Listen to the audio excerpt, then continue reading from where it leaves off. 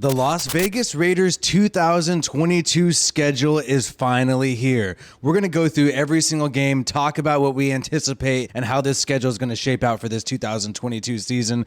But I do want to say it is a pretty insane that the NFL made us wait this long for the schedule. This is like a crazy event like the draft 2.0. I wish we just get the freaking schedule right away. But nonetheless, we have the schedule now. So now we can celebrate. Us football fiends are now getting our fix. So a lot of you know this. It has already been leaked that week 1 against the Chargers is the Raiders' first matchup, and we're going to be playing in LA. That's going to be very interesting to see if our fan base is still really taking over LA. I know those SoFi Stadium tickets are cheaper than Allegiant Stadium tickets, so maybe even somebody like WiFiWillie might roll through. But that's going to be a classic matchup, facing Khalil Mack. Khalil Mack's, revenge against the Raiders. He's going to be looking for that. So we'll see how that shapes up against the Chargers. And hey, Justin Herbert, let's see if he's so great, so much better than Derek Carr, now that Derek Carr has a ton of weapons like Devontae Adams. So I'm going to look forward to that week 1. And then we have K1, Kyler Murray with Cliff Kingsbury doing the clap and the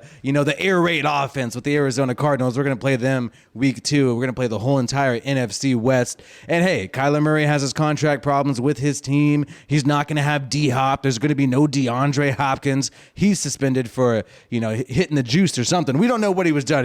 He claims he's holistic, but, D-Hop was caught with the juice, and now he's not going to be a target there for the Arizona Cardinals in week 2. That looks good for the Raiders there. And we saw Kyler Murray kind of struggle in the playoffs, and he's had dealt with some injury problems. So who knows if we'll pick up the easy dub that early in the season. And that's kind of a plus. The fact that the Raiders are playing the Cardinals while D-Hop is suspended.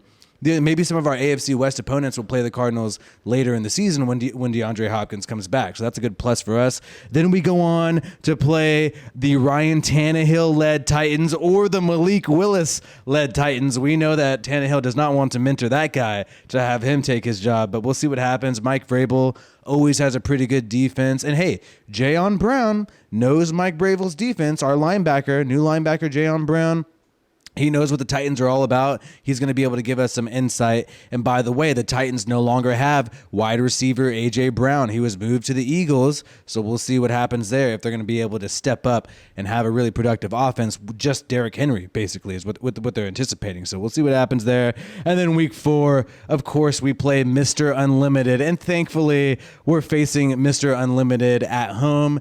Russell Wilson will be traveling to Vegas with the Broncos and perhaps no Jerry Jeudy. I don't know. He's got this misdemeanor charge. We know whenever things get hairy in the media, the NFL likes to give out suspensions even if you're not charged with the crime. So maybe we won't even see Jerry Jeudy week 4 right here. And that could really benefit the Raiders. I mean, honestly, right now, looking at it right here, I could totally see us going 4-0 these first 4 weeks. We've already beaten the Chargers several times, and last year we beat them to get into the playoffs. They have pretty much the same team besides they're adding Khalil Mack and J.C. Jackson. Hopefully we can take care of business there. And then we face the Chiefs week 5. So we got AFC West. We're playing everybody in the first 5 weeks. Chiefs on Monday Night Football. Raiders do great on Monday Night Football. You saw them against the Ravens last year in week 1. We'll see if we can stop Juju Smith-Schuster and Jackson Mahomes and that TikTok twerking over there. Maybe we could put that to rest. Hopefully Chandler Jones could put that to rest and take care of the Chiefs there in week 5.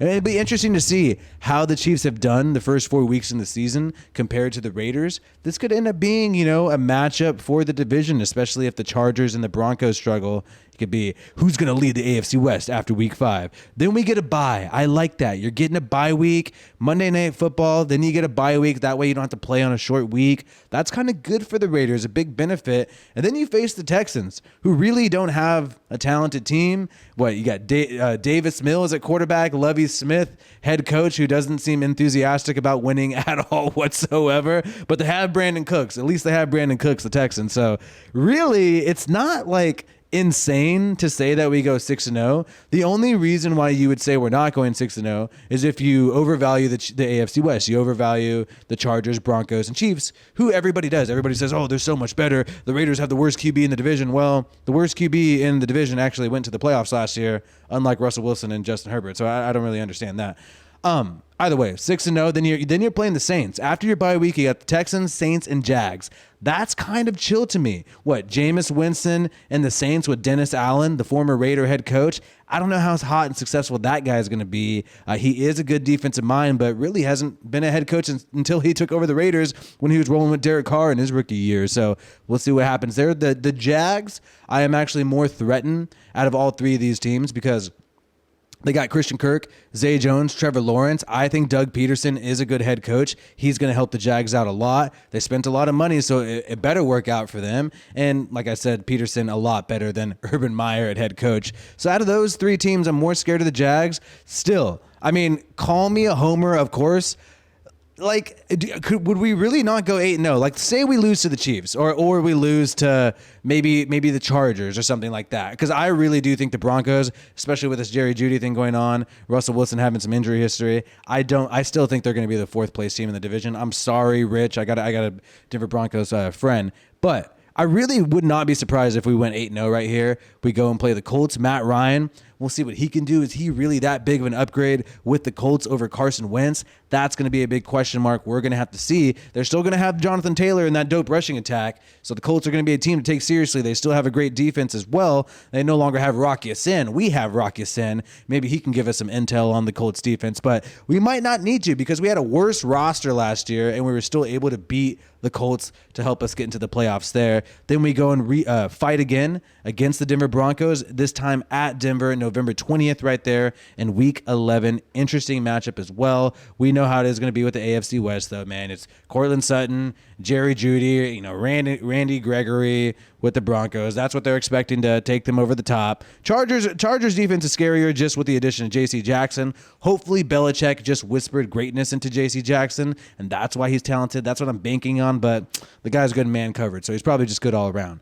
Seattle Seahawks. I'm very interested to see how Drew Lock does. Was it just Denver? Did he need to get out of Denver, go to a better team that wants to run the ball a little bit more?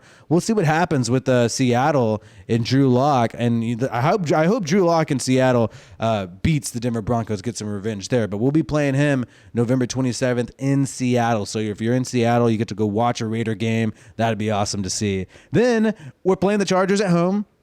We just talked about him, Kevin. We'll see what happens there with Justin Herbert and the rest of the crew there. Then we go on to L.A., so two L.A. teams back-to-back, this time Thursday Night Football. By the way, I do want to say Raiders only have 3 primetime games. I thought that was a little odd. I was expecting more primetime games. We know last year some of our games got flexed into primetime. Raiders were performing very well, so the NFL said, we want to make some more money and get some ratings. Let's flex the Raiders to primetime. Hopefully that happens again. I love being on the national stage, and I'm sure the players enjoy it as well, and the coaches. But hey, LA back-to-back. You play the Rams at home after facing Seattle. Boom, go on to the LA Rams in LA. Hopefully we get a home field advantage again like we will in week 1, and that's going to be a big barometer. How much of Raider Nation is still in LA? If you're a Raiders fan in LA, drop a comment now. Raiders fan from LA, let me know right now if you're a Raiders fan from LA. I'm curious. I'm in California as well, not LA. Hey, then big battle, Sunday Night Football, 2 primetime games back-to-back. You're playing Sean McVay and his Adderall ass in the Rams, and then you're playing Bill Cheap Belichick. But hey, we have the student. Will the student become the master when it comes to Belichick and Josh McDaniels? Will the son defeat the father? That's what we're going to have to see right now. Josh McDaniels versus Belichick, December 18th, 2 days after my mom's birthday, 5:20 p.m. Sunday Night Football. All eyes are going to be on that game. Everybody loves seeing former coaches play Belichick. And hey, oftentimes former coaches have done well against Belichick, just not well against the rest of the NFL. So we'll see what Josh McDaniels does against his former boss, basically. Former boss and obviously a big mentor and influence in his life.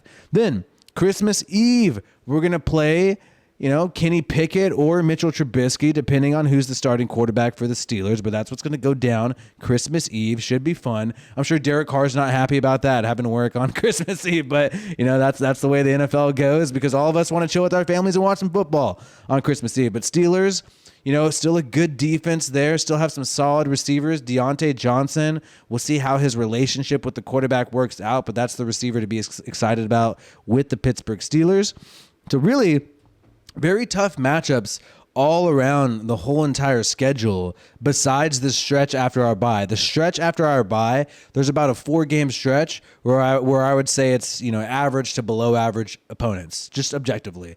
Then we're going to go kick it and play the Niners on New Year's Day. So don't get too drunk on New Year's Eve, Raider Nation. We got to wake up at 1 o'clock p.m. Pacific time and play the San Francisco 49ers. We got to watch that game and be locked in and see what's going on. So I'm going to have to take it easy on New Year's Eve, which kind of sucks. But hey, when I wake up the next day, you got a Raiders versus Niners game. Guys, this is going to be the most lit game of the year. It's like an election. Every 4 years, we play the Niners, and we got to wait. There's going to be like viral videos of all the fights and stuff like that. Please don't get hurt, but I will admit it is hilarious to watch.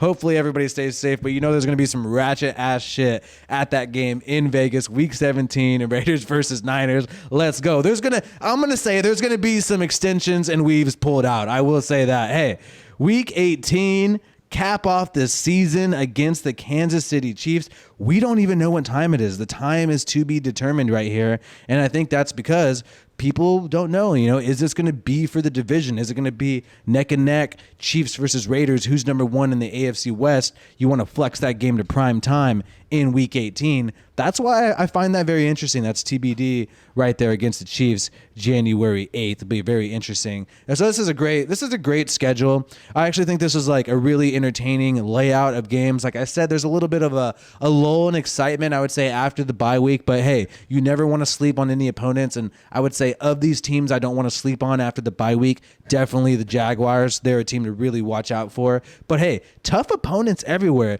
And with the Niners, is it going to be Jimmy G or Trey Lance? I mean, that's what we really need to figure out. Who are we going to play? Who's your freaking quarterback, right? But it'll be very interesting, and I'm excited. Let me know what you guys think about this schedule. If I had to do a prediction, like straight up, like what I think the record would be, I mean, obviously it's premature to do that. And, I know the general roster and key players of all these teams, but and I am a Homer Raiders fan, so I'm going to obviously be biased here, right? I'm going to say we at least take 1 L in the first 5 weeks. That's me being super optimistic. Maybe even 2, but I'm going to be optimistic and say we take 1 L. So we're straight up 4-1 after Week 5. Then I think we do a 3-game sweep. We end up 7-1. Maybe we get caught slipping by either the Colts or the Broncos. So I'm going to say 7-2 there. And maybe one of these LA teams catches us slipping as well. So I'm going to give us about what?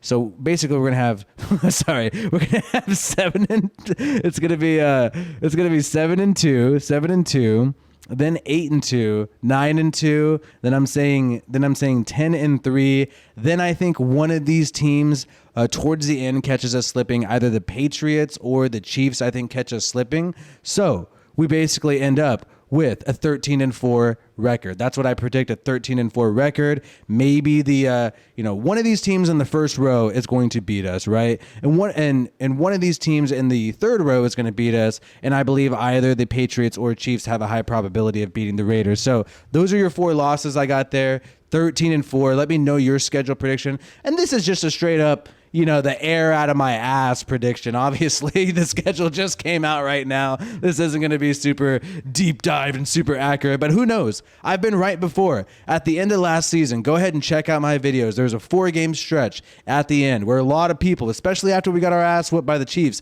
did not believe we were going to make the playoffs. I think due to the Gruden hit job, we were still going to make the playoffs. The refs were even going to call it in our favor, maybe. And we ended up going 4-0. 4-0 to make the playoffs. Anything's possible, and you never know if these predictions could be correct. But hey, this is a fun prediction. Let me know what you guys think. Like this video if you watched it all the way through, and subscribe to the Raiders Rundown for more Raiders content like this. My name is WiFiWillie. Peace out, and I hope you have a good one.